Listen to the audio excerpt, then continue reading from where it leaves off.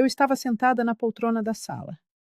A mesma poltrona de veludo gasto onde, anos atrás, embalei meus filhos até adormecerem. Agora, eu apenas olhava para o telefone, mudo há precisamente 3 horas e 45 minutos. Sim, eu contava cada um deles naquele Dia das Mães de 2024. 71 anos de vida, 4 filhos criados com um amor que chegava a doer. E de nenhum deles eu recebera sequer uma mensagem de bom dia. O silêncio na casa era tão denso que eu podia ouvir o tic-tac do velho relógio de parede da cozinha, cada segundo martelando a minha solidão.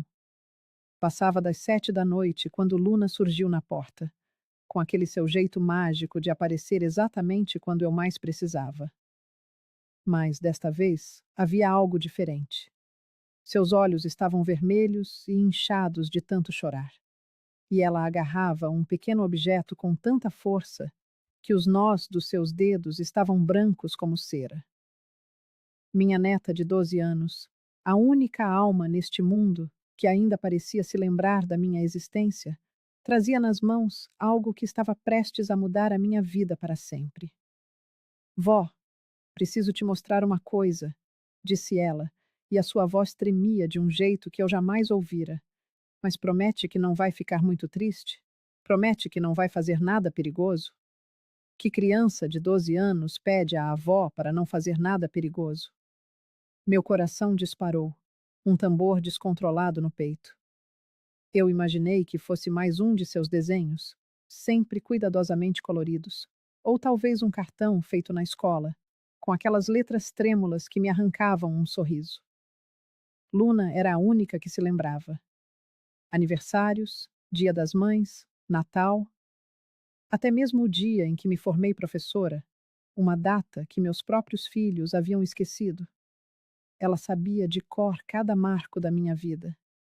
Desde pequena, mal alcançando o balcão, ela vinha passar os fins de semana comigo. Aos sábados, sua vozinha gritando "Vó!"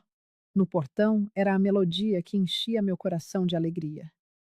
Passávamos horas na cozinha, entre o cheiro de bolo de cenoura e o doce de leite que ela tanto amava. Aos domingos, ela se aninhava ao meu lado no sofá, pedindo que eu contasse histórias de quando eu era jovem, dos meus alunos travessos, de uma vida que parecia pertencer a outra pessoa. Ela era a filha que eu nunca tive, no corpo de uma neta. A única que me olhava como alguém interessante, e não como uma velha ocupando espaço no mundo. O que foi, meu amor? Perguntei, abrindo um espaço ao seu lado. Ela se sentou, mas não ousou me encarar. As mãozinhas trêmulas retiraram do bolso da blusa um pequeno pendrive azul. Vó, ontem à noite eu estava mexendo no computador lá de casa, quando o papai e a mamãe saíram para aquela festa da empresa. Eu vi aquele pendrive que ele sempre deixa na gaveta e eu pensei que fossem fotos antigas da família. Queria ver se tinha alguma foto sua de quando era nova, daquelas que você sempre diz que perdeu no incêndio. Meu sangue gelou. Que incêndio? Eu nunca havia perdido foto alguma em incêndio nenhum. Luna morava com meu filho Roberto, o mais velho, o pilar da família, o mais responsável e organizado. Pelo menos, era o que eu pensava até aquele momento. Continue, minha filha. Vó, eu abri os arquivos. Não eram fotos. Eram gravações. Muitas gravações. Ela engoliu em seco, o pomo de Adão subindo e descendo em seu pescoço frágil. Gravações dos meus tios, do papai, da mamãe, de todo mundo, falando sobre você. A forma como ela disse sobre você fez um arrepio percorrer minha espinha. Com 71 anos de vida, a gente desenvolve um instinto para o desastre. Eu sabia, no fundo da alma, que algo estava terrivelmente errado. Que tipo de coisa, Luna? Ela desabou num choro mais forte. Eles estão planejando te internar, vó. Estão dizendo que você está com demência que não consegue mais cuidar de si mesma. E, e estão dividindo suas coisas. Já dividiram até a sua casa. O mundo parou. Senti como se o chão tivesse sido arrancado sob meus pés. Roberto, meu primogênito. Marisa, minha única filha, a quem ajudei a pagar a faculdade. João Pedro, que morou comigo até os 25 anos. E Fábio, o caçula, meu xodó. Isso não pode ser verdade, sussurrei, mais para mim mesma do que para ela. Vó, quer ouvir? Eu não queria, mas eu precisava. Luna conectou o pendrive ao notebook que eu ganhara da escola ao me aposentar. Havia mais de 20 arquivos de áudio. Cliquei no primeiro. A voz de Roberto, firme e calculista, ecoou pela sala silenciosa. Pessoal, conversei com o Dr. Henrique hoje. Ele disse que, se todos nós assinarmos um documento atestando que a mãe está com sintomas de demência, conseguimos a interdição em no máximo 2 meses. A voz de Marisa respondeu, hesitante. Mas, Roberto, ela está perfeitamente bem.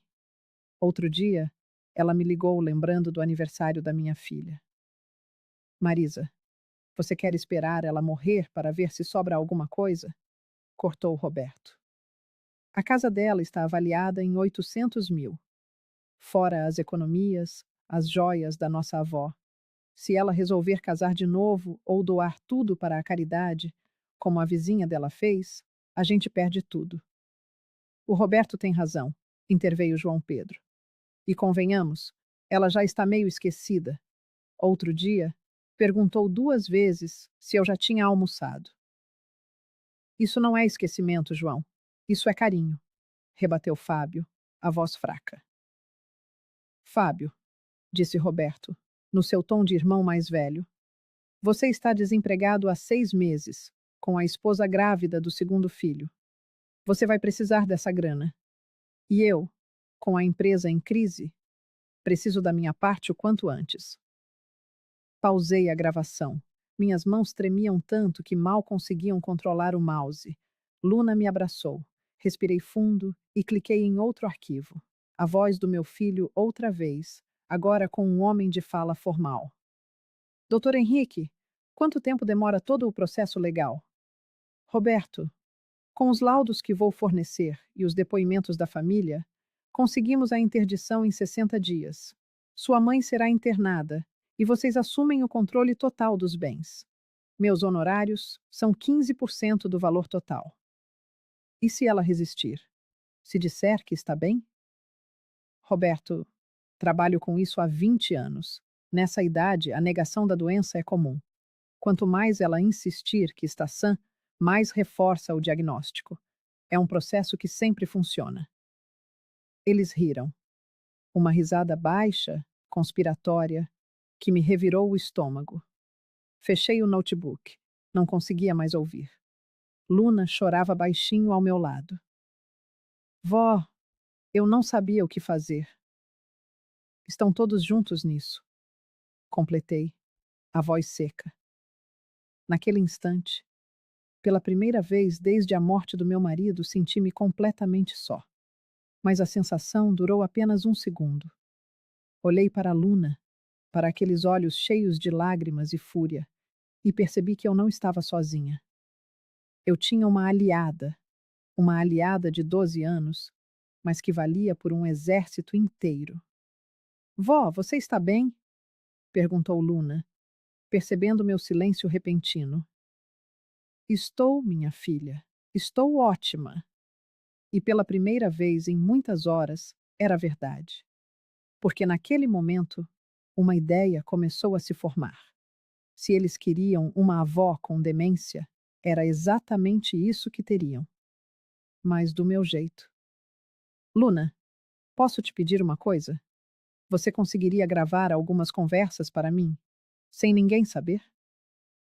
Ela me olhou, e naqueles olhos espertos havia uma maturidade que ia muito além dos seus 12 anos. Vó, eu consigo até filmar se você quiser. Naquela madrugada de Dia das Mães, ouvi cada uma das 23 gravações. Cada arquivo era uma nova facada, documentando a mais sórdida das traições. Roberto já havia falsificado minha assinatura em documentos. Marisa pedira ao marido, corretor, para avaliar minha casa. João Pedro já tinha uma lista dos móveis que queria. Fábio, meu bebê, planejava vender as joias da minha mãe para pagar suas dívidas. A gravação mais cruel, porém, era de uma conversa entre minhas noras e genros. A gente devia ter feito isso há muito tempo, dizia Patrícia, esposa de João Pedro. Se conseguirem interná-la logo depois de vender a casa, ela nem vai ter tempo de sofrer com a perda. É quase um favor. E vocês vão ter paz de espírito, completou Marcelo, marido de Marisa. Viverão sem a preocupação constante com ela. Paz de espírito. Como se eu fosse um fardo do qual eles mal podiam esperar para se livrar.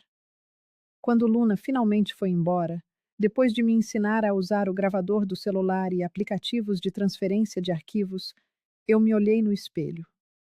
Conceição Santos Silva, 71 anos, viúva, professora aposentada, mãe de 4, avó de 5. Uma mulher que sempre pagou as próprias contas, lembrou-se de cada aniversário e cuidou de todos à sua volta.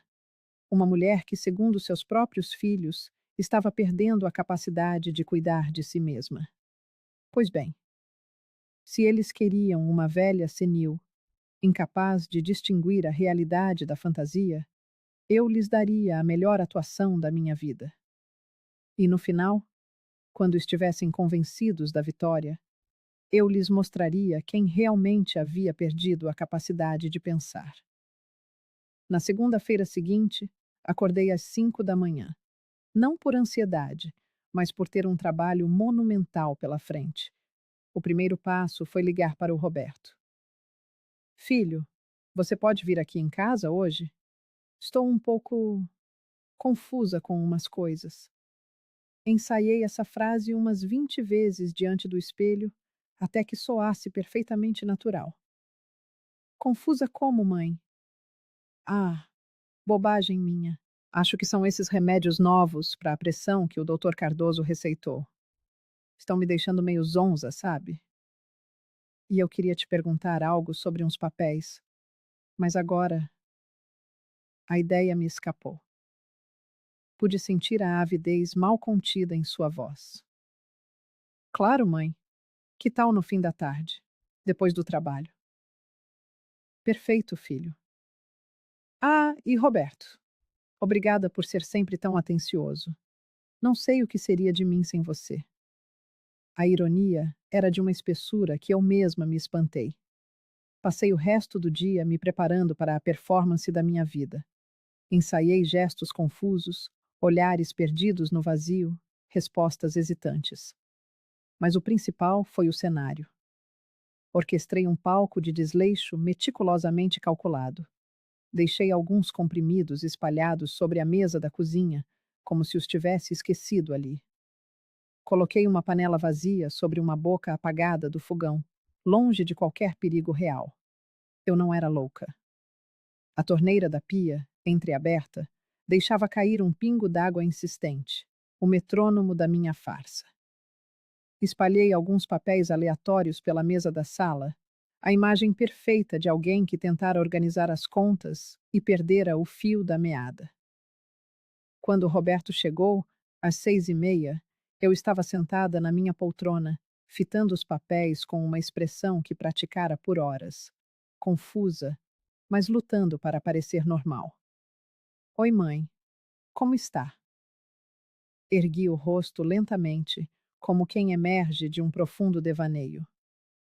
Roberto? Nossa, que surpresa! Você não me avisou que viria. Fiz questão de olhar para o relógio na parede.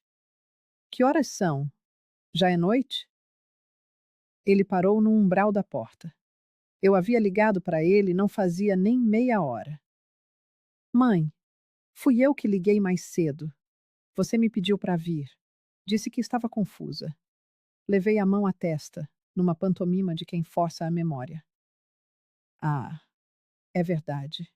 Desculpe, filho. Suspirei fundo. Ando tão esquecida ultimamente. Deve ser a idade, não é? Ou estes remédios. Já nem sei. Roberto entrou na sala e seu olhar, como o de um predador, varreu o ambiente e pousou nos papéis espalhados. O que é isso tudo, mãe? Ah, esta papelada. Sabe que já não entendo mais nada disso? Conta de luz, de água, aqueles extratos do banco. Tudo ficou tão complicado. Antigamente era mais simples. Ele se aproximou da mesa. Posso dar uma olhada? Ajudar a organizar? Claro, filho. Você sempre foi tão bom com essas coisas. Enquanto ele remexia nos papéis, contas perfeitamente normais que eu espalhara de propósito, levantei-me e caminhei até a cozinha. Ele me seguiu. Seu olhar cravou-se imediatamente nos comprimidos sobre a mesa, na panela sobre o fogão, na torneira a pingar. Vi em seus olhos um lampejo, uma mistura nauseante de excitação e culpa. A excitação de quem vê seu plano se concretizar mais depressa do que o esperado. A culpa, um resquício tênue do filho que um dia fora, uma parte dele que se lembrava de quem eu sempre fui. Mãe, você tomou os remédios hoje? Olhei para os comprimidos como se os visse pela primeira vez. Tomei. Acho que tomei. Ou foi ontem? Você sabe que dia é hoje, Roberto? É segunda-feira, mãe. Dia 13. 13 de quê? De maio. Ah, claro. Mas minha expressão permaneceu vaga. Roberto fechou a válvula de gás do fogão, que nem estava acesa. Fechou a torneira. Começou a juntar os remédios. Mãe, você não acha que está na hora de ter alguém para te ajudar? Uma pessoa para te dar uma força no dia a dia? Ajudar com o quê, filho? Eu me viro muito bem sozinha. Sempre me virei. Eu sei, mãe, mas a gente vai ficando mais velho e precisa de uma ajudinha. Alguém para te lembrar dos remédios, te ajudar com as contas. Nos 20 minutos seguintes, Roberto submeteu-me a um interrogatório velado, disfarçado de conversa, com pelo menos 15 perguntas para testar minha memória. Perguntou o dia da semana. Errei de propósito. Perguntou se eu tinha almoçado. Disse que não me lembrava. Perguntou os nomes dos netos. Fingi confundir as idades, os nomes, quem era filho de quem. A cada resposta minha, confusa e vacilante, eu via um brilho de triunfo em seus olhos, e isso apenas fortalecia a minha determinação. Quando ele foi embora, às 8 da noite, eu sabia. A primeira fase do meu plano fora um sucesso absoluto. No dia seguinte, ele ligou para os irmãos. Eu sei porque Luna estava lá e gravou a conversa inteira. Pessoal, fui ver a mãe ontem. A situação está muito pior do que imaginávamos. Ela está completamente perdida, confusa. Deixou o remédio espalhado, o fogão quase ligado. Nem se lembrava de ter me ligado horas antes. E o pior, ela não tem a menor noção do próprio estado. Acha que está tudo normal. E assim começou a minha vingança. Durante os 2 meses seguintes, mergulhei no papel de uma mulher que se desfazia aos poucos, de forma consistente e terrivelmente convincente. Sempre que um deles vinha me visitar, e de repente todos se tornaram muito preocupados comigo, eu esquecia conversas recentes, confundia datas importantes, deixava pistas sutis da minha suposta incapacidade de me cuidar. Marisa trouxe uma cuidadora. Só para ajudar algumas horinhas por dia, mãe. João Pedro sugeriu, com uma delicadeza venenosa, que eu parasse de dirigir. Só por segurança, mãe, você entende, né? Fábio começou a me sondar sobre documentos, sobre onde eu guardava os papéis do banco, da casa. Só por precaução, mãe, caso aconteça alguma emergência. O que eles não sabiam é que Luna estava documentando tudo. Cada visita, cada conversa suspeita, cada movimento que faziam, certos de que minha capacidade de percepção se esvaía. E eu? Eu anotava cada detalhe num caderno que escondia dentro da velha Bíblia da minha mãe, no fundo da estante do quarto. O único lugar da casa onde eu sabia que nenhum deles jamais olharia. 3 semanas depois daquele Dia das Mães que mudou minha vida, eu já havia me transformado numa atriz de método. Toda manhã, antes mesmo de escovar os dentes, eu me olhava no espelho e ensaiava expressões de desorientação. Praticava esquecer nomes, trocar datas, parecer perdida nos cômodos da minha própria casa. Testava tons de voz, ora mais infantil, ora apenas hesitante, sempre com aquela vulnerabilidade calculada que faria qualquer filho sentir-se no dever de proteger a mãe. Mas por dentro, minha mente estava mais afiada e determinada do que nunca. Cada detalhe do plano deles era meticulosamente registrado, cada conversa gravada, cada movimento anotado no meu caderno secreto. Mal sabiam eles que, ao orquestrarem a minha queda, estavam, na verdade, a erguer o cadafalso da sua própria ruína. A cuidadora que Marisa contratou, Dona Carmen, era uma senhora de 60 anos, cabelos grisalhos presos num coque impecável, muito simpática. Vinha 3 vezes por semana para me dar uma mãozinha. Com mais de 20 anos de experiência, ela tinha aquele jeito maternal que, em outras circunstâncias, me teria deixado à vontade. No início, senti uma pontada de culpa por enganá-la também. Afinal, Carmen não tinha parte na trama dos meus filhos. Mas logo percebi que ela não fora contratada apenas para me auxiliar. Fora contratada para observar e relatar, meticulosamente, o meu estado mental para a minha filha. Nossas conversas, das mais banais às mais íntimas, eram descritas em relatórios diários que Carmen enviava para Marisa por WhatsApp. Eu sabia disso porque Luna, com aquela genialidade tecnológica da sua geração, conseguira acesso ao celular da cuidadora e me mostrava tudo. Dona Conceição está muito mais confusa hoje, escrevera Carmen numa terça-feira, depois de eu fingir esquecer onde guardava os talheres. Perguntou 3 vezes que dia era, procurou o açúcar dentro do frigorífico e disse não se lembrar se já tinha tomado o remédio da pressão. Recomendo aumentar a supervisão. Hoje ela me confundiu com a filha dela, dizia outro relatório. Ficou contando histórias da infância dos filhos, como se eu fosse a Marisa. Quando a corrigi, ficou muito constrangida. Eu lia aqueles relatórios através de Luna e ficava impressionada com a minha própria atuação. Estava a convencer uma profissional experiente que já vira centenas de casos reais de demência. Mas o que realmente me chocou e mudou a dinâmica do meu plano foi descobrir que eles tinham acelerado o cronograma. Numa gravação que Luna fez na casa de Roberto, ela desenvolvera um sistema engenhoso para deixar o celular gravando em lugares estratégicos. Ouvi meu filho mais velho conversando com um tal Doutor Henrique em viva voz. Doutor, sobre a nossa conversa. Quanto tempo mesmo para conseguirmos efetivar a internação? Roberto, considerando o histórico de comportamento que vocês estão a documentar e com uma cuidadora profissional a atestar a deterioração cognitiva, podemos dar entrada na papelada já na próxima semana. Com os meus laudos, em no máximo 30 dias, ela estará internada na clínica. 30 dias. O prazo original, reduzido pela metade. Senti o sangue gelar. E a questão legal dos bens, doutor? O controle financeiro? Já preparei toda a documentação para a transferência de tutela. No momento exato da interdição judicial, vocês assumem o controle total e irrestrito sobre todos os bens dela.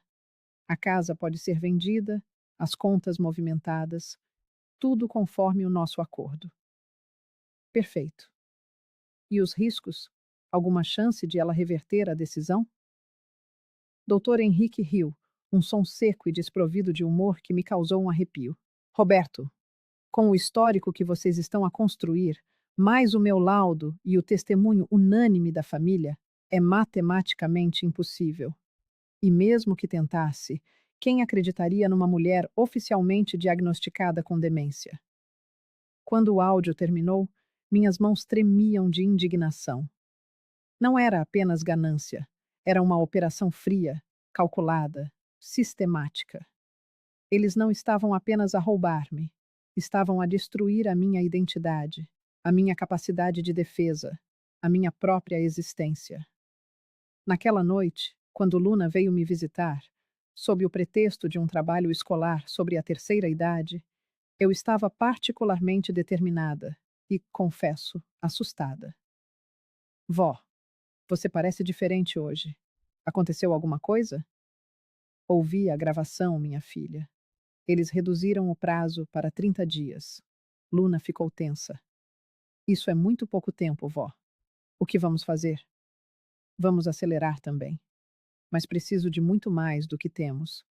Preciso que eles se entreguem, que falem sobre os detalhes financeiros, sobre a divisão dos bens. Como assim?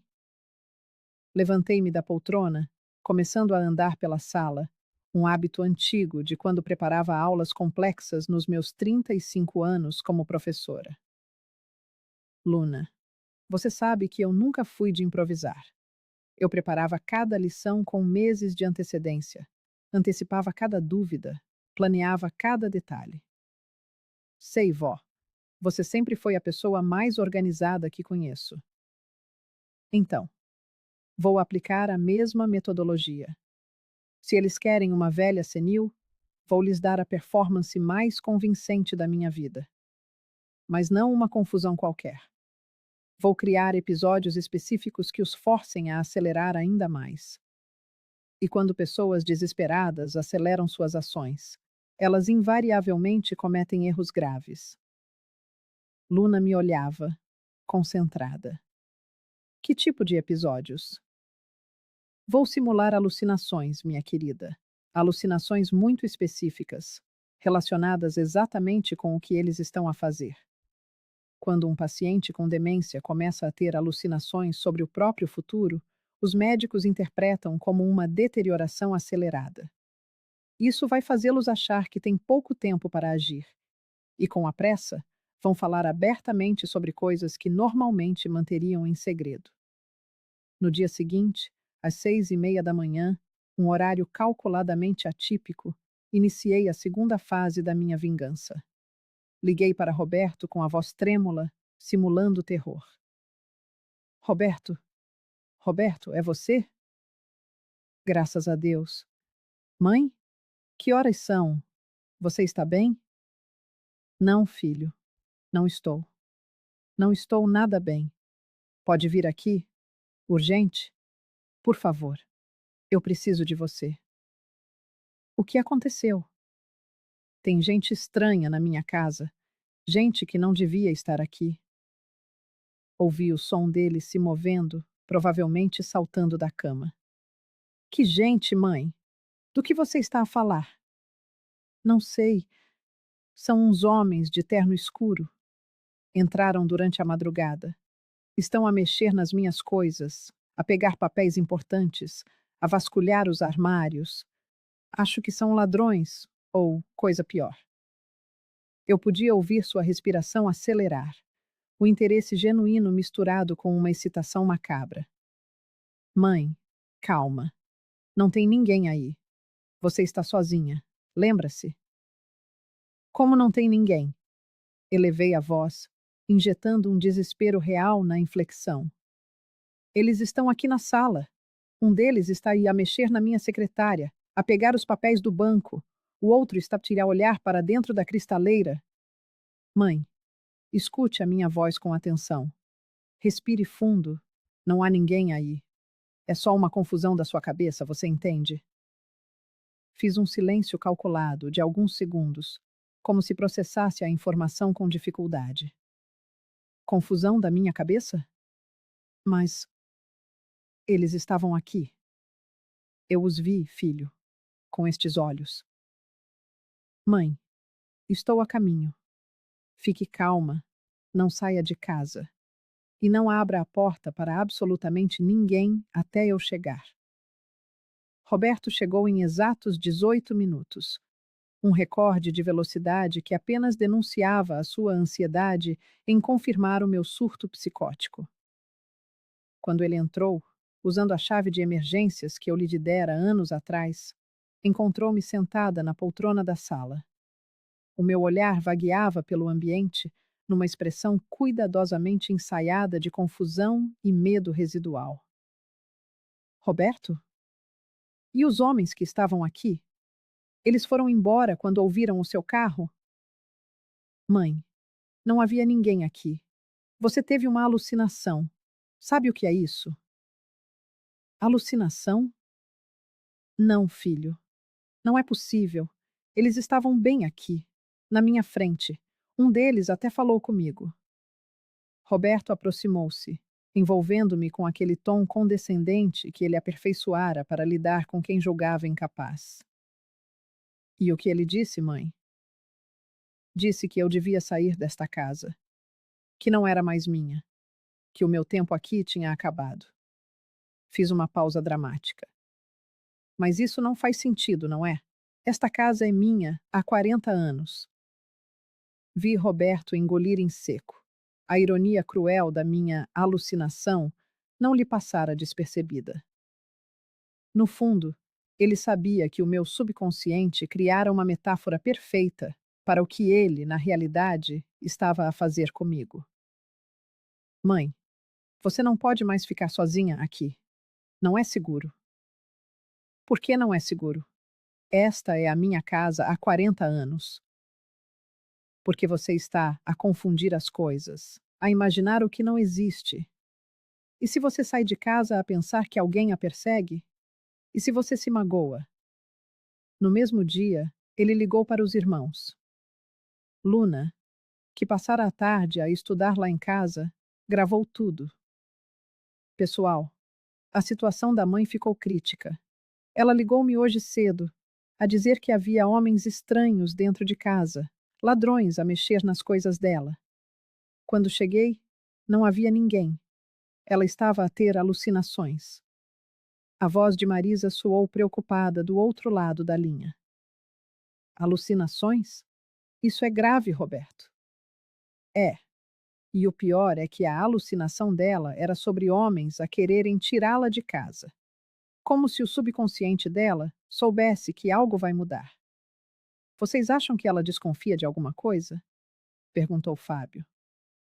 Não. Ela não tem capacidade para isso. É só o cérebro dela a processar informações de forma confusa. Então, é a hora de acelerar o processo, disse João Pedro. Se ela está a ter alucinações, o Dr. Henrique terá ainda mais argumentos para a internação. E foi exatamente o que aconteceu. No dia seguinte, Roberto relatou o meu episódio psicótico ao Dr. Henrique. No final da semana, o médico veio fazer uma visita domiciliária. Dr. Henrique era um homem na casa dos 55 anos, de cabelos completamente grisalhos, penteados com gel. Usava óculos de armação dourada, caros, e um fato azul marinho impecável. Tinha aquele ar formalmente solícito que deveria transmitir confiança, mas que para mim só irradiava uma falsidade calculada e uma ganância mal disfarçada. Chegou pontualmente às 2 da tarde, acompanhado por Roberto, carregando uma pasta de couro cheia de formulários pré-preparados. Dona Conceição, muito prazer em conhecê-la pessoalmente. Sou o Dr. Henrique Tavares, geriatra. O seu filho contou-me que a senhora tem passado por alguns momentos de confusão. Confusa? Eu não estou confusa. Confuso está você, a aparecer na minha casa sem ser convidado. Roberto interveio, com aquele tom protetor que se tornara a sua máscara. Mãe, eu avisei-a ontem, ao jantar, que o doutor viria hoje. Lembra-se? Você até pediu para eu fazer aquele seu bolo de chocolate preferido. Você não me disse nada, respondi, com uma irritação genuína. E eu não fiz bolo nenhum. Que história é essa? Doutor Henrique trocou um olhar significativo com Roberto e fez uma anotação no seu bloco. Dona Conceição, eu sou especialista em medicina geriátrica. Trabalho com pessoas da sua faixa etária, ajudando a tratar condições que podem afetar a qualidade de vida. Da minha faixa etária? E que idade você acha que eu tenho? Segundo os documentos que o seu filho me forneceu, a senhora tem 71 anos. 71? Que absurdo! Eu tenho 52, fiz aniversário no mês passado. Você deve estar a confundir-me com outra pessoa. Vi Roberto fechar os olhos brevemente, aliviado por eu ter fornecido exatamente o tipo de resposta que eles precisavam. Nos 50 minutos seguintes, fui submetida ao que mais tarde descobri ser o mini-exame do estado mental. Para cada pergunta, eu oferecia uma resposta cuidadosamente calibrada, errada o suficiente para sugerir um comprometimento, mas não tão absurda que parecesse encenação. Dona Conceição, que dia da semana é hoje? É, quinta-feira. Era segunda. E em que mês estamos? Março? Não, abril ou maio. Estes meses são todos tão parecidos. A senhora consegue dizer-me o nome do atual presidente do Brasil? Ah, claro. É o Fernando Henrique Cardoso. Ele deixara a presidência há mais de 20 anos. Cada resposta equivocada era meticulosamente anotada. Ocasionalmente, o doutor dirigia-se a Roberto na minha frente como se eu fosse invisível. Ela sempre foi assim? Ou isto é recente? É recente, doutor. Começou há uns 2 meses com pequenos esquecimentos, mas está a piorar rápido. E episódios de paranoia? Doutor, esta manhã ela ligou-me a dizer que havia homens estranhos em casa. Quando cheguei, estava a ter alucinações visuais completas. Dona Conceição, a senhora lembra-se dos homens que o Roberto disse que a senhora viu? Que homens? Ah, sim. Eles estavam a mexer nas minhas coisas. Uns homens de fato preto.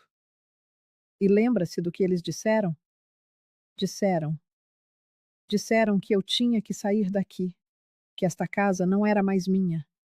Doutor Henrique anotou tudo. Dona Conceição, esses homens não existiam. A senhora teve uma alucinação. Como não existiam? Eu vi-os bem aqui. É normal, na sua condição. O cérebro, por vezes, cria imagens que parecem reais. Minha condição? Que condição? Eu estou ótima. Depois que eles saíram, fiquei na sala a processar o que acontecera. Em menos de uma hora, um médico que nunca me tinha visto, baseado apenas nos relatos da minha família e numa conversa em que eu fingi confusão, determinara que eu sofria de demência e precisava ser internada.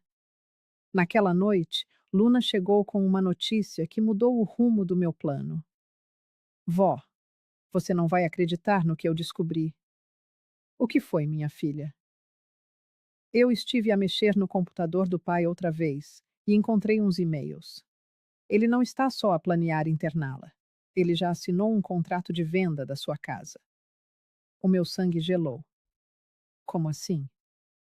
Há um contrato preliminar de compra e venda, assinado há uma semana. A casa será vendida por R$ 750 mil, que é muito menos do que vale. E o comprador é uma empresa de investimentos. Mas, vó, adivinha quem é o sócio maioritário dessa empresa? Não me digas que. A Silvana, vó, a mulher do pai. Eles criaram uma empresa fantasma para comprar a sua casa por um valor baixo e depois vendê-la pelo preço real. É um golpe duplo. Naquele momento eu entendi. Não estava a lidar apenas com filhos ingratos de olho na herança. Estava a lidar com uma operação criminosa sofisticada, orquestrada pelo meu próprio filho mais velho e pela mulher que eu tratava como filha há 15 anos. Luna, preciso de te contar uma coisa. Amanhã à noite, todos eles vêm aqui para uma conversa em família. Ouvi o Roberto a combinar com os irmãos. Acho que vão apresentar-me a decisão da internação como se fosse para o meu bem. E o que você vai fazer? Vou dar-lhes exatamente o que eles esperam. Vou parecer tão confusa, tão incapaz, que eles não terão a menor dúvida de que estão a fazer a coisa certa.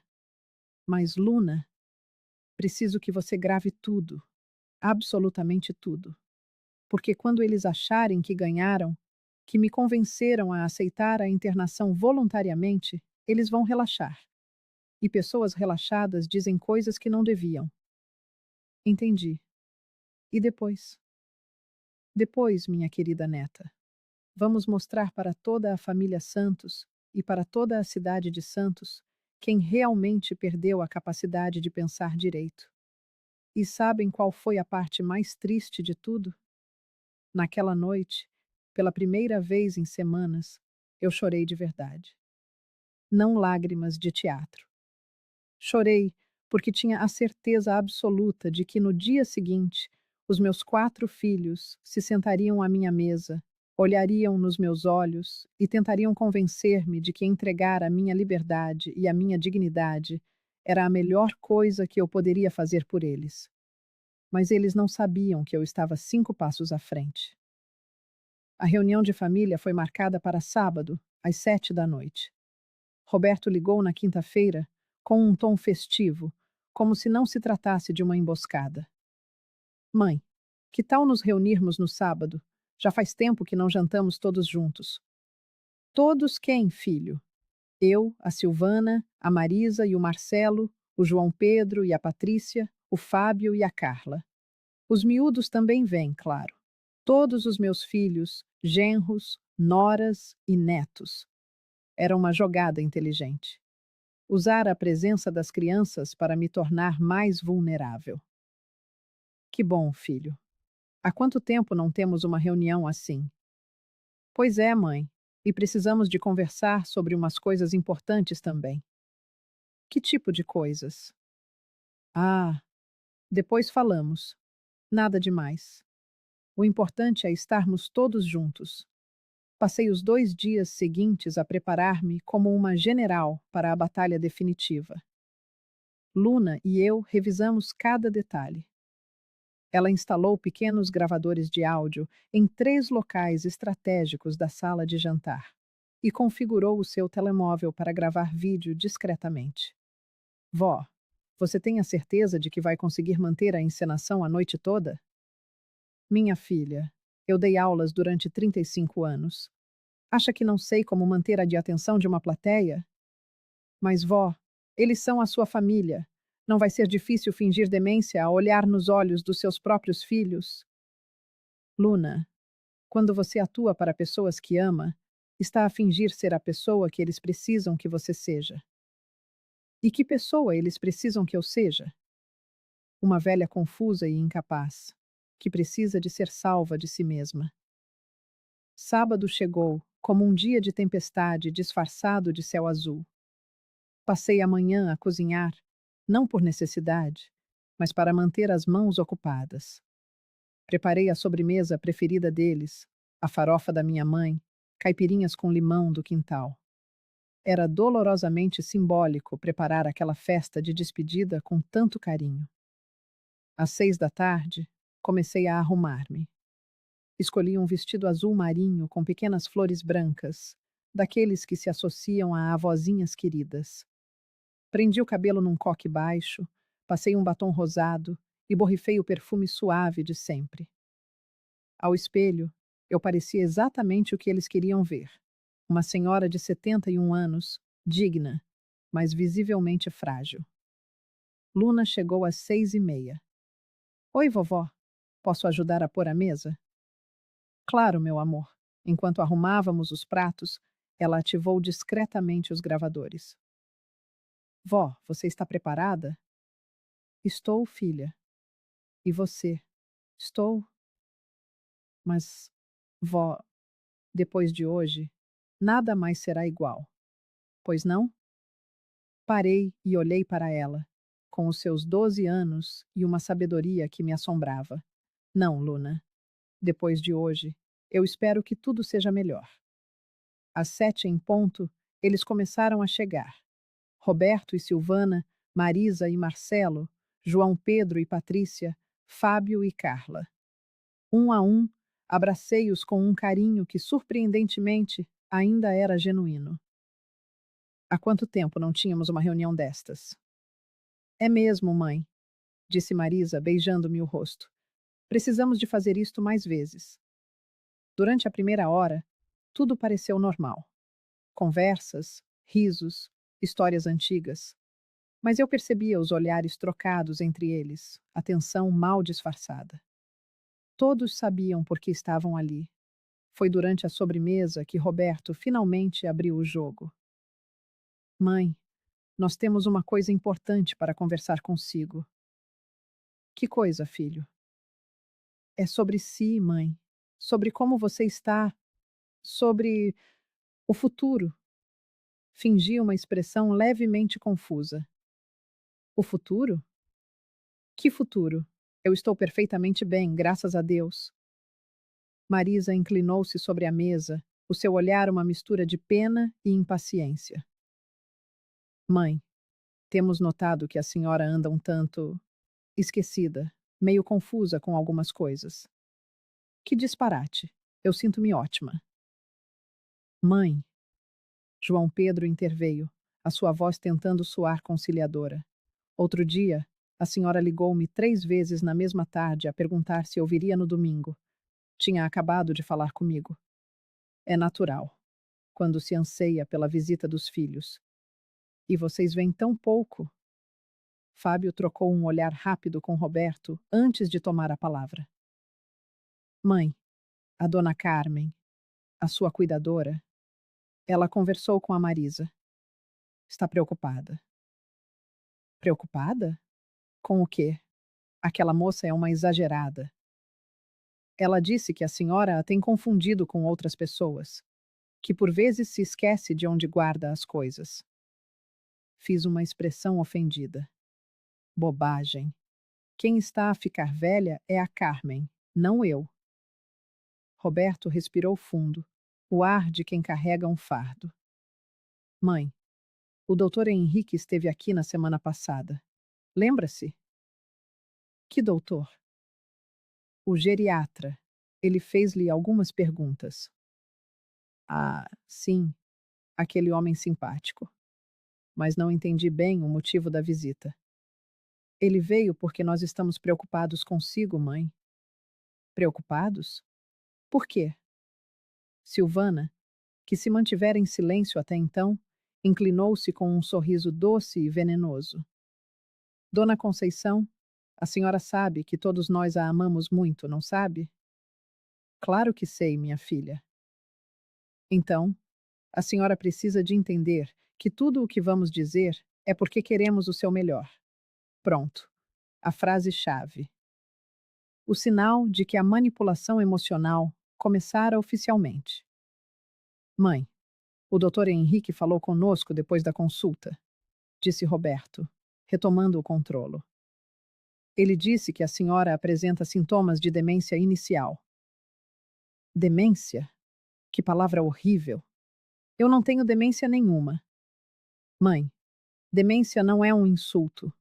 É uma condição médica. Muitas pessoas têm, especialmente na nossa idade. Na nossa idade. Roberto, eu tenho 52 anos. Um silêncio total, denso e pesado, caiu sobre a mesa. Todos me olharam com a mesma expressão, a de quem acaba de receber a confirmação de que precisava. Mãe, disse Marisa, a voz suave como seda.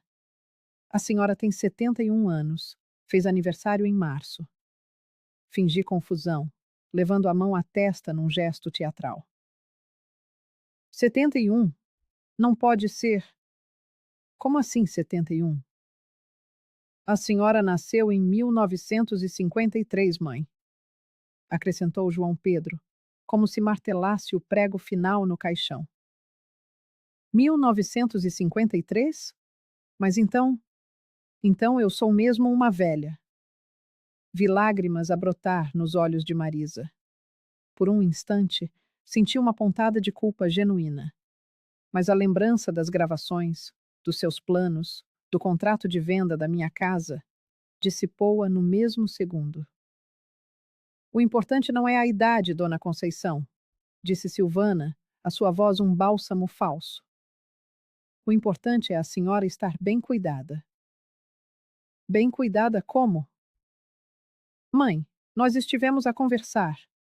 Roberto assumiu novamente a liderança. E chegamos à conclusão de que talvez seja melhor a senhora ter mais ajuda. Mais cuidados médicos. Mas eu já tenho a Carmen. A Carmen só vem 3 vezes por semana. A senhora precisa de cuidados integrais. Cuidados integrais? Mãe, existem lugares especializados, disse Marisa, os olhos a brilhar com a ideia. Lugares bonitos, confortáveis, com médicos, enfermeiros, atividades para pessoas na sua situação. E ali estava. Aterrissava na mesa, embrulhada em palavras de cuidado, a proposta de internação. Que situação? Com demência, mãe. Eu não tenho demência. Elevei a voz, injetando uma dose perfeita de irritação. Mãe, calma, apressou-se Fábio. Ninguém está a dizer que a culpa é sua. Isto acontece. Mas vocês querem internar-me num hospício? Não é um hospício, mãe, explicou Roberto, com uma paciência estudada. É uma clínica especializada. Tem jardins, atividades, outras pessoas da sua idade. A senhora não ficará sozinha. Mas eu gosto de ficar sozinha.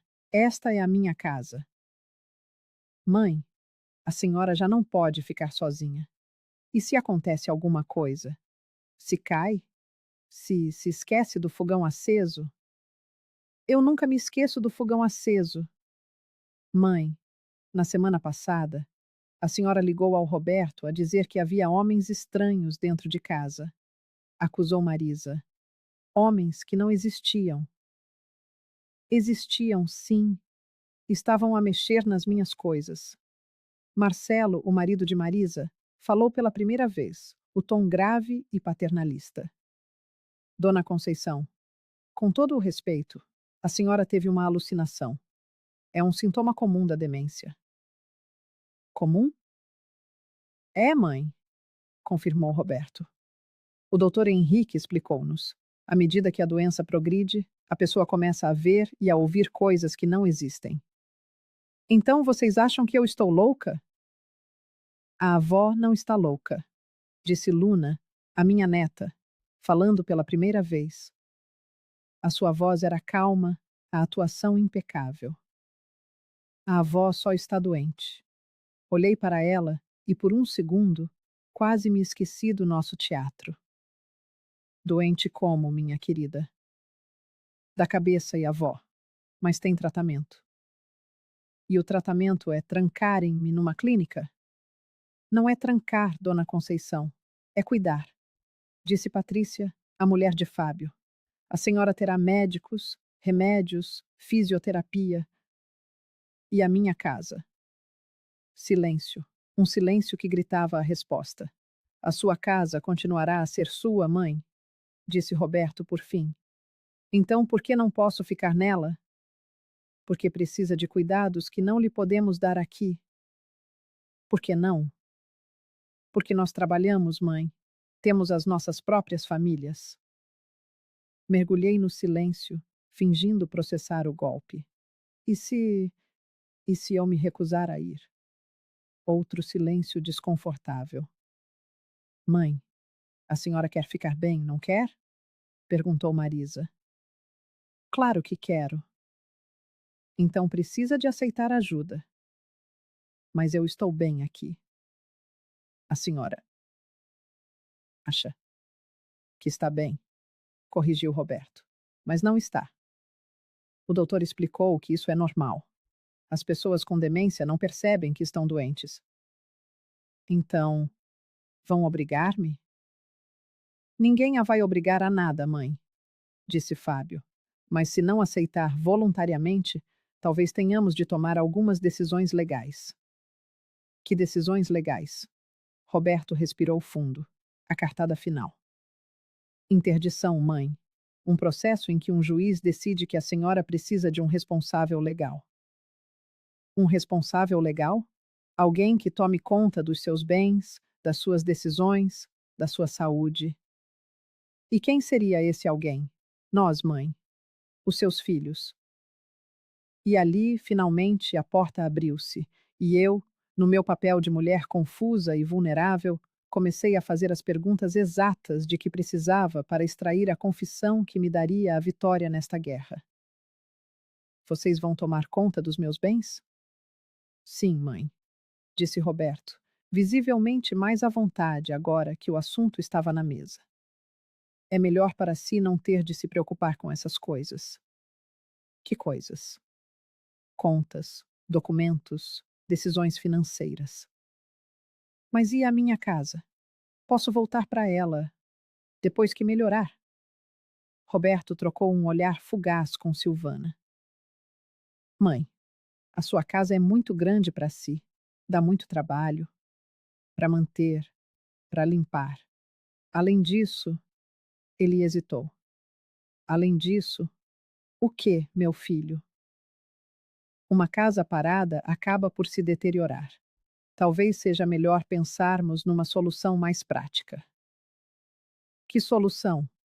Silvana interveio, a sua voz melosa a enrolar-se em cada palavra. Dona Conceição, a sua casa é muito valiosa, numa localização privilegiada no centro histórico. Se a vendermos, a senhora terá dinheiro para pagar a clínica por muitos e muitos anos, sem qualquer preocupação. Vender a minha casa? Só se for necessário, mãe. Apressou-se Roberto a dizer. Necessário para quê? Para pagar os seus tratamentos, os seus cuidados. Mas eu tenho a minha reforma, a minha poupança.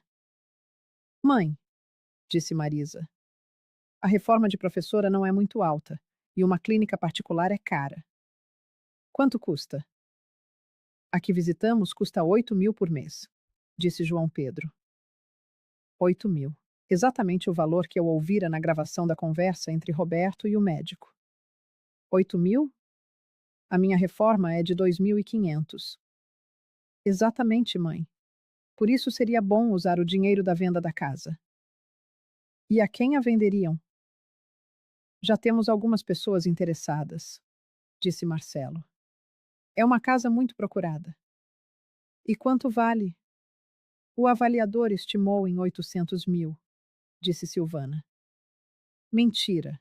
Eu sabia, através da Luna, que eles tinham um contrato de venda por 750.000 para a empresa fantasma da própria Silvana.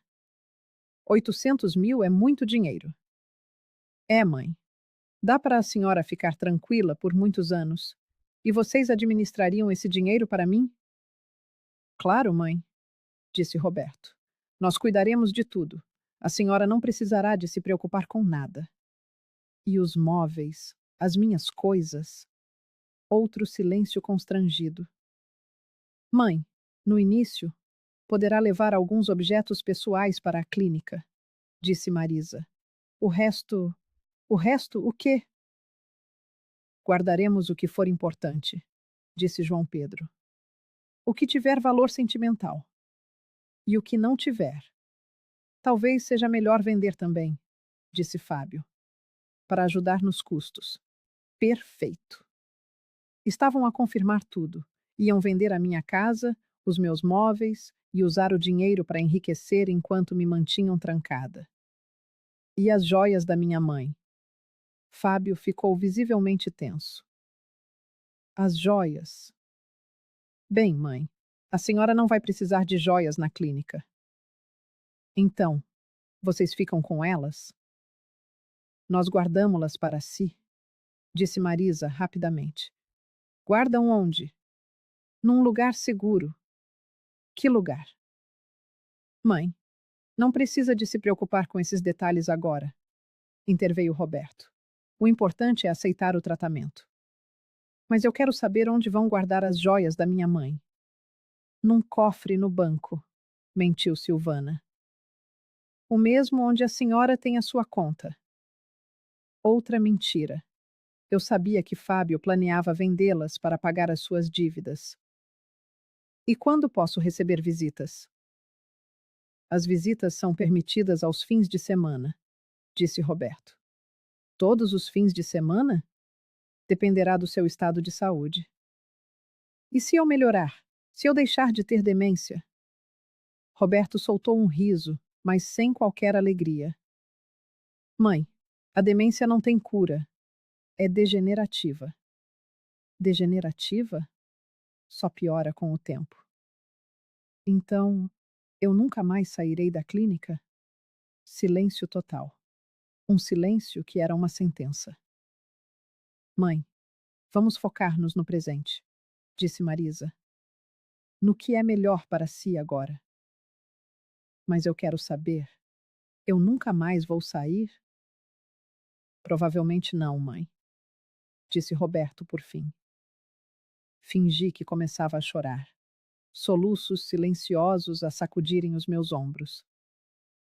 Mas eu não quero morar numa clínica. Eu quero ficar na minha casa. Mãe, não chore, disse Marisa, levantando-se para me abraçar. O seu abraço era frio. Vai ser bom para si. Terá amigos, cuidados médicos. Mas não terei a minha casa. Não terei as minhas coisas. Terá coisas novas, disse Silvana.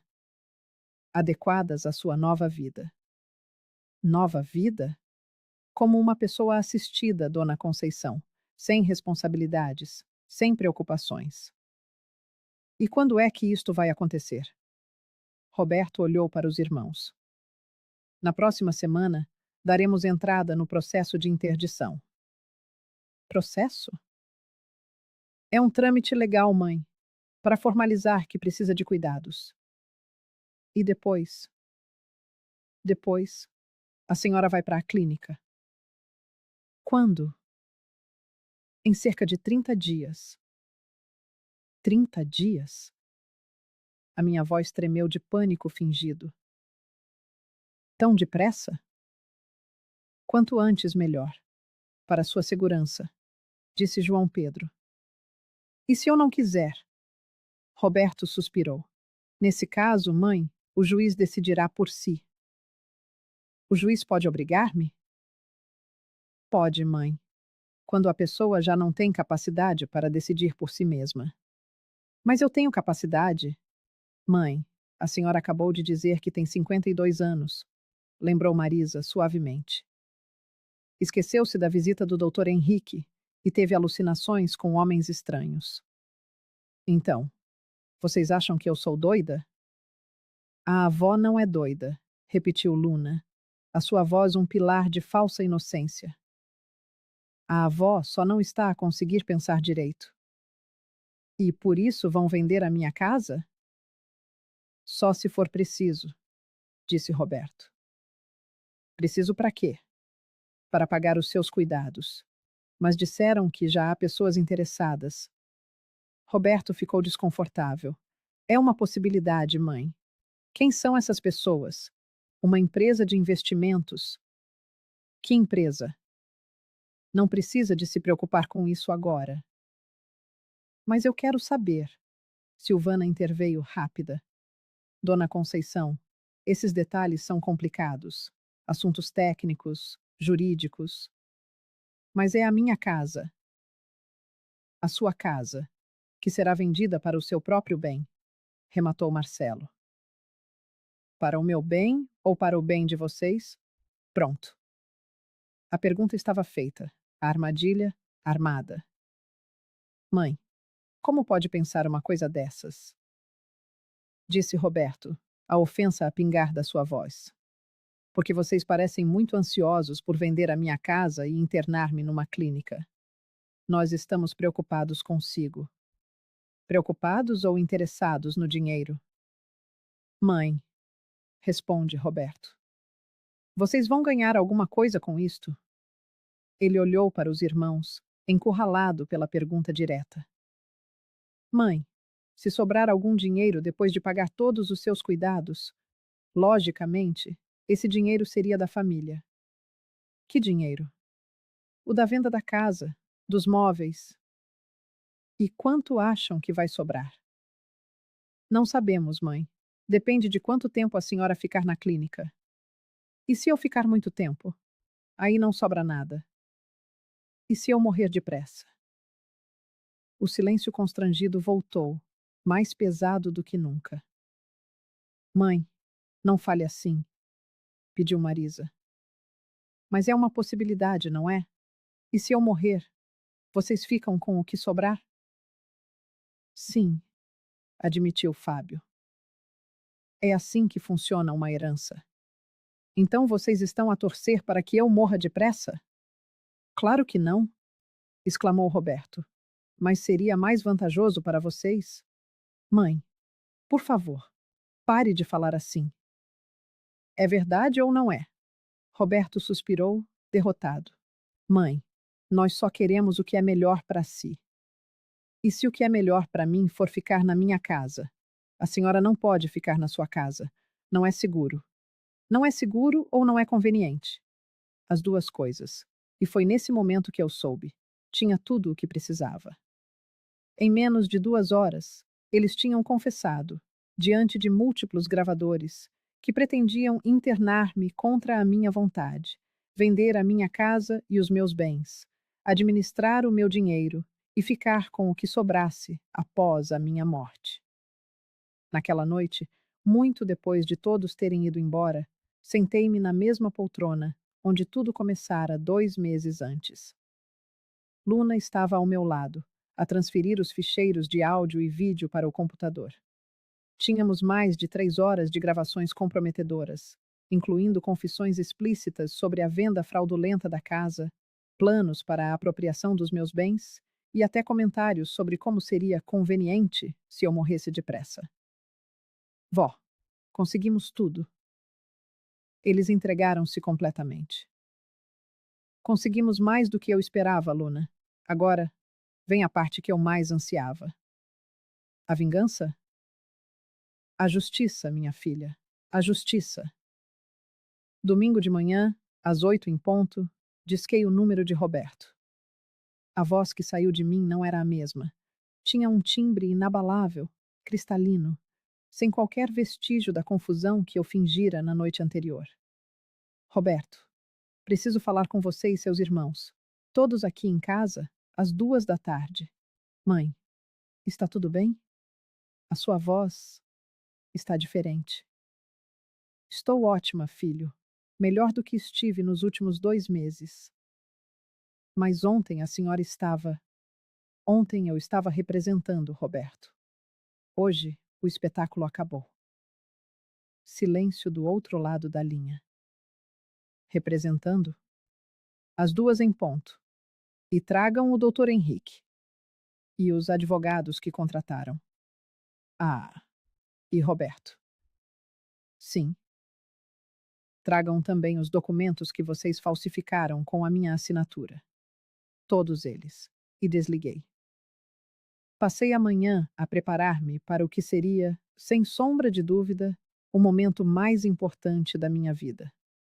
Às 2 da tarde, eles chegaram, um por um, com o semblante de quem caminha em terreno minado. Roberto, Marisa, João Pedro, Fábio, genros e noras. O doutor Henrique, visivelmente desconfortável, e um advogado que eu não conhecia, de pasta em punho. Mas eles não eram os únicos convidados. Na sala, já me aguardavam o doutor Mário Andrade, meu médico há 15 anos, que na sexta-feira anterior realizaram uma avaliação completa da minha saúde mental. A doutora Ana Beatriz Cunha, advogada especialista em direito de família, que eu contratara em segredo. E 3 vizinhos, que serviriam de testemunhas. Sentem-se, por favor, disse eu, tomando as rédeas da situação desde o primeiro instante. Roberto tentou intervir. Mãe, que encenação é esta? Para que tanta gente? Por que, Roberto? Depois de 2 meses a fingir demência para descobrir até onde vai a ganância de vocês, chegou a hora de acertarmos as contas. O silêncio que se abateu sobre a sala foi ensurdecedor. Fingindo demência? Perguntou Marisa, com a voz a tremer. Exatamente. Desde o dia em que a Luna me mostrou as gravações de vocês a planear roubar-me, eu tenho representado o papel de uma velha senil. Dei-vos a confiança de que precisavam para confessar todos os vossos crimes. O doutor Henrique levantou-se, numa clara tentativa de fuga. Dona Conceição, creio que houve um mal-entendido. Sente-se, doutor. O senhor não sai daqui enquanto não responder por cada uma das suas falsas avaliações médicas. Silvana, minha nora, protestou. Dona Conceição, a senhora não está bem. Está a ter um episódio? Silvana, a única coisa que não está bem aqui é a sua cara de pau. Luna, pode ligar o som? Luna, que estava sentada discretamente num canto, conectou o computador a uma coluna e o inferno começou. Primeira faixa. A conversa entre Roberto e o Dr. Henrique, negociando os 15% dos meus bens como honorários.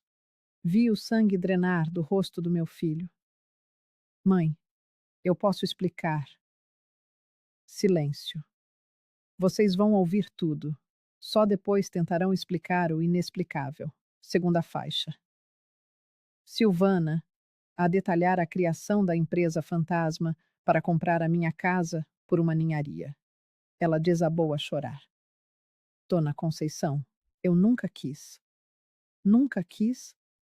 Nunca quis criar uma empresa em seu nome para comprar a minha casa por 50 mil reais a menos do que vale? Terceira faixa. Fábio, a discutir com os irmãos a venda das joias da minha mãe para pagar as suas dívidas do cartão de crédito. Ele pôs-se de pé, lívido. Mãe, eu estava desesperado. Senta, Fábio, e escuta. Quarta faixa. A conversa da noite anterior. Todos, em uníssono, confessando que seria mais vantajoso se eu morresse logo após a internação. João Pedro tentou sair da sala. Eu não vou ficar aqui a ouvir isto. Vai sim. Doutor Mário, por favor, pode falar sobre a minha condição mental? O doutor Mário Andrade, um senhor de 68 anos, levantou-se.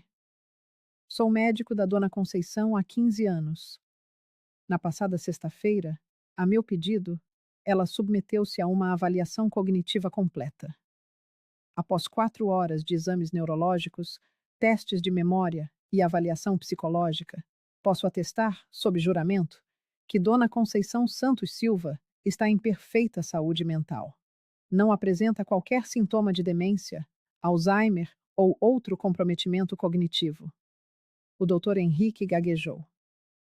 Mas os sintomas que ela apresentou, a confusão, as alucinações, foram todos encenados, doutor. Como a própria senhora acabou de confessar. A doutora Ana Beatriz ergueu-se. Sou a advogada da Dona Conceição. Com base nas gravações, obtidas legalmente na residência da minha cliente, temos provas de conspiração para fraude, falsificação de documentos, tentativa de apropriação indevida e formação de quadrilha para cometer crimes contra a pessoa idosa. Roberto tentou, mais uma vez. Mãe, nós só queríamos ajudar. Ajudar? Vocês falsificaram a minha assinatura, criaram uma empresa fantasma para me roubar. Planearam internar-me contra a minha vontade numa clínica de 8 mil reais por mês, sabendo que a minha reforma é de 2.500, e subornaram um médico para forjar um laudo de demência.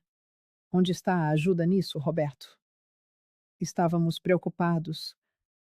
Preocupados com o quê? Com o dinheiro que iam herdar? Marisa soluçava. Mãe, como pôde fazer-nos isto? Fingir que estava doente? E como vocês puderam fazer-me isto? Planear roubar tudo o que construí? Nós íamos cuidar do seu dinheiro. Mentira! Vocês iam usar o meu dinheiro para pagar as vossas dívidas, para se enriquecerem à minha custa.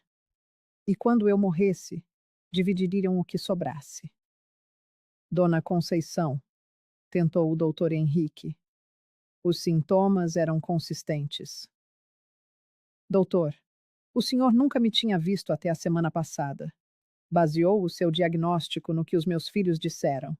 Isso não é medicina. É charlatanismo.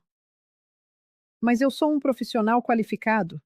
O senhor é um profissional que aceita subornos para emitir laudos falsos. Isso tem um nome: crime. Silvana jogou a sua última carta. Dona Conceição, a senhora está a cometer um erro. Nós amamo-la de verdade. Pessoas que amam Silvana não criam empresas falsas para roubar a casa de quem amam. Fábio explodiu. A senhora fez-nos passar vergonha. Enganou-nos. Eu enganei-vos? Fábio, vocês passaram 2 meses a enganar-me, a tratar-me como uma incapaz, uma louca. Mãe, talvez tenhamos exagerado, murmurou João Pedro. João, não há boas intenções quando se trata de roubar a própria mãe. A doutora Ana Beatriz retomou a palavra.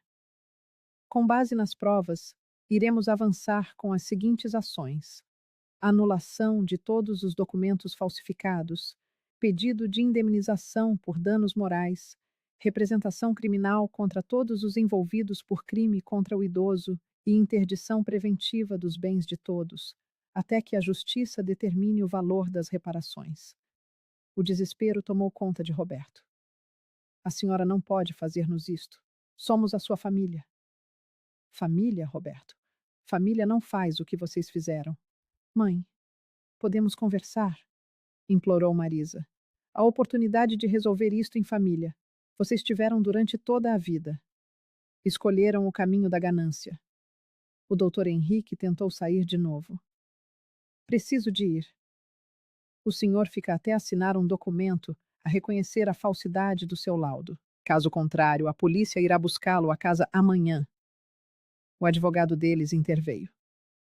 Senhora Conceição, como representante legal. O senhor não representa nada aqui.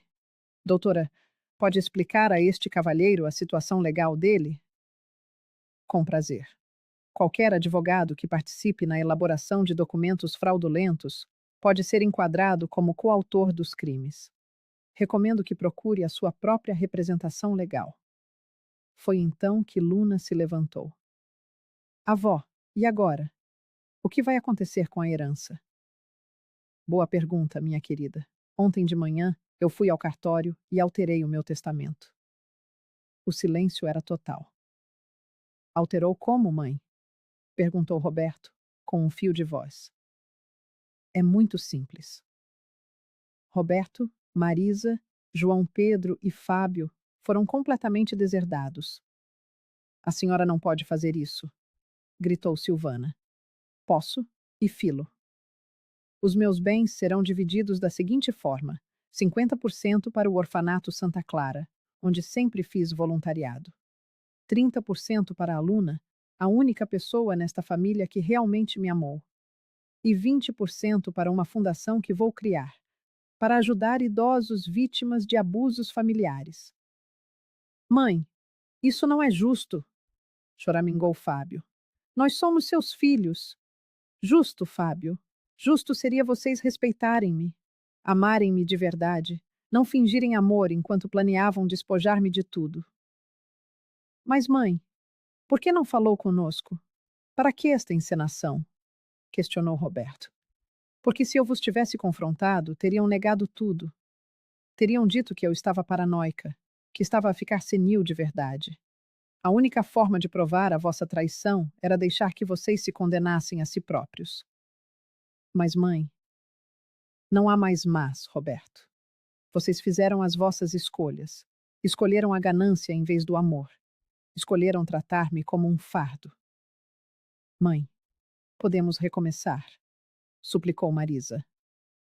Marisa, não se esquece uma traição desta magnitude. Não se esquece que os próprios filhos desejam a sua morte para ficarem com a herança. O doutor Henrique assinou a confissão. O advogado dos meus filhos saiu sem uma palavra. Os vizinhos assinaram os seus depoimentos e foram-se embora. Um a um, os meus filhos abandonaram a minha casa. Roberto foi o último. Eu nunca lhe vou perdoar por isto, mãe. Eu é que nunca vos perdoarei, Roberto. Vocês destruíram a nossa família, não eu. Quando a porta se fechou, ficamos eu e a Luna, sozinhas na sala. Avó, tenha certeza de que foi a coisa certa a fazer? Minha querida, durante 71 anos, eu fui uma mãe dedicada. Eles retribuíram a planear trancar-me num hospício. Se isto não merece consequências, então nada neste mundo merece. E agora? Agora, vou viver os anos que me restam com dignidade. Vou ver-te crescer, formar-te, casar. Vou dedicar-me à fundação e vou morrer a saber que não deixei impune a maior traição da minha vida. Avó, eu amo-a. Eu também te amo, Luna. Tu salvaste-me. 6 meses depois, Roberto, Marisa, João Pedro e Fábio foram condenados. O doutor Henrique perdeu a licença para exercer medicina. Silvana teve de devolver o dinheiro que já havia recebido. O processo foi longo e doloroso, mas valeu a pena.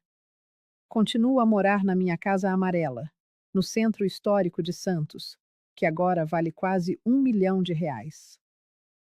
A Luna visita-me todos os fins de semana. A nossa ligação tornou-se inquebrável. Ela sonha em estudar direito, para, como diz, defender a voz como tu. A Fundação Conceição Santos já ajudou mais de 200 pessoas. A minha história, descobri, não é única. É assustadoramente comum. A diferença é que a maioria dos idosos não tem uma Luna na sua vida. Na semana passada, uma senhora chamada Dona Maria procurou-nos. A história dela era quase idêntica à minha. Conseguimos reverter o processo de interdição. Hoje, ela vive de forma independente, dona do seu destino e dos seus bens. Quanto aos meus filhos, por vezes tentam contactar-me. Roberto ligou-me no Natal, a chorar, a pedir perdão. Marisa apareceu no meu aniversário com flores. João Pedro enviou uma carta de 5 páginas. Fábio, o mais orgulhoso, nunca mais deu sinal de vida. Eu não atendi as chamadas, nem abri a porta. Não respondi à carta. O amor não se reconstrói sobre as cinzas da mais profunda traição. Não, eu não recebi Marisa, e a carta de João Pedro ficou sem resposta. Não porque eu guarde rancor, mas porque há traições de uma magnitude que o perdão simplesmente não alcança. Eles não tentaram apenas roubar o meu patrimônio. Eles tentaram roubar a minha dignidade, a minha autonomia, a minha própria identidade como um ser humano capaz. E a parte mais dolorosa de tudo isto não foi descobrir a cobiça pelo meu dinheiro.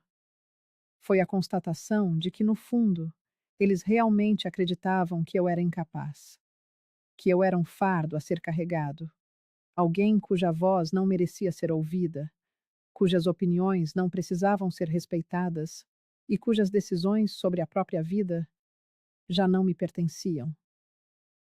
Naqueles 2 meses, no meu teatro de demência, eu vi em primeira mão como o mundo trata os idosos que julga incompetentes, com uma condescendência velada, com uma impaciência mal disfarçada, como se fôssemos crianças crescidas, incapazes de discernir o que é melhor para nós. Foi uma lição humilhante sobre o olhar da sociedade para o envelhecer. Mas foi, acima de tudo, uma lição sobre resistência, sobre a urgência de lutar pela própria dignidade, mesmo quando aqueles que nos são mais próximos tentam arrancá-la de nós, sobre a diferença abissal entre o amor verdadeiro e a manipulação disfarçada de cuidado. A minha neta, Luna, hoje com 13 anos, tornou-se a alma da nossa fundação.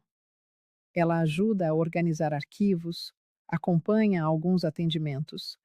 E mais importante, a sua presença é um farol de inspiração. Costumo dizer àqueles que nos procuram: se uma menina de 12 anos foi capaz de salvar a sua avó, Cada um de vocês tem a força para se salvar também. A verdade é que a salvação que Luna me trouxe foi dupla. Primeiro, ao me alertar para o plano dos meus filhos.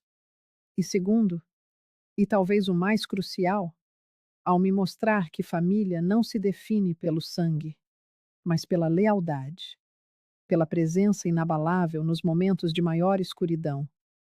Hoje, quando me olho no espelho, vejo a imagem de uma mulher de 72 anos que soube lutar, que se recusou a ser silenciada, que batalhou pela sua dignidade e venceu. Vejo rugas que narram histórias de resistência, não de submissão. E se eu pudesse voltar no tempo, o que faria diferente? Nada. Absolutamente nada. Porque por vezes é preciso vestir a capa da vulnerabilidade para desmascarar o amor verdadeiro. E por vezes, para proteger a nossa essência, é preciso aceitar a perda daqueles que julgávamos essenciais. O dinheiro que os meus filhos tanto cobiçavam continua comigo. A casa que queriam vender continua a ser minha. As joias da minha mãe continuam no meu cofre. Mas o que é verdadeiramente meu, o que ninguém me pode tirar, a minha dignidade, a minha autonomia, o meu amor próprio, isso permanece intacto. Sabe o que aprendi sobre envelhecer com dignidade? Que a idade é apenas um número, mas a sabedoria é uma conquista. Que ser idoso não significa ser incapaz, mas sim possuir a experiência de uma vida inteira para reconhecer a manipulação por trás de um falso cuidado. Que o maior medo não devia ser o de morrer, mas o de viver os últimos anos sem dignidade. A demência real não está em esquecer onde deixou as chaves de casa. Está em esquecer que os seus pais são seres humanos, com uma história, com sentimentos, e que merecem amor, respeito e um cuidado genuíno. Não aquele cuidado interesseiro que chega com procurações e documentos de interdição. O meu nome é Conceição Santos Silva. Tenho 72 anos. E esta foi a história de como fingi demência para descobrir que os meus filhos eram muito mais doentes do que eu jamais poderia ser. Agradeço por me ter ouvido até ao fim. Se esta minha história ressoou em si de alguma forma, partilhe-a com quem precise de ouvir estas palavras. E lembre-se, nunca é tarde demais para lutar pela sua dignidade.